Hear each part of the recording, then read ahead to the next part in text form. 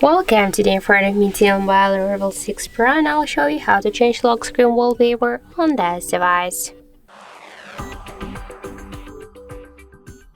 So first let's open the settings application and then scroll down to wallpaper and style. After that, click here to change wallpaper and we can select just a wallpaper from our device photos in camera roll, or also we can use the default wallpapers in our camera. So for example, let's use the default wallpaper. Click here, select the lock screen to see how that will look on the lock screen. Tap on the right down corner to OK and select the lock screen.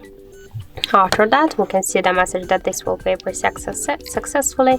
So now let's see and check and see that we just successfully changed lock screen wallpaper on our T-Mobile device. So also we have the second way how we can do that. Just first we should hold for a while one from our device home screens by this way.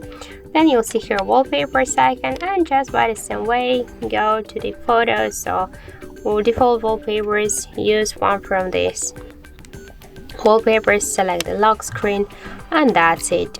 So thank you for watching, and if you find this video helpful, don't forget to leave a like, comment and to subscribe our channel.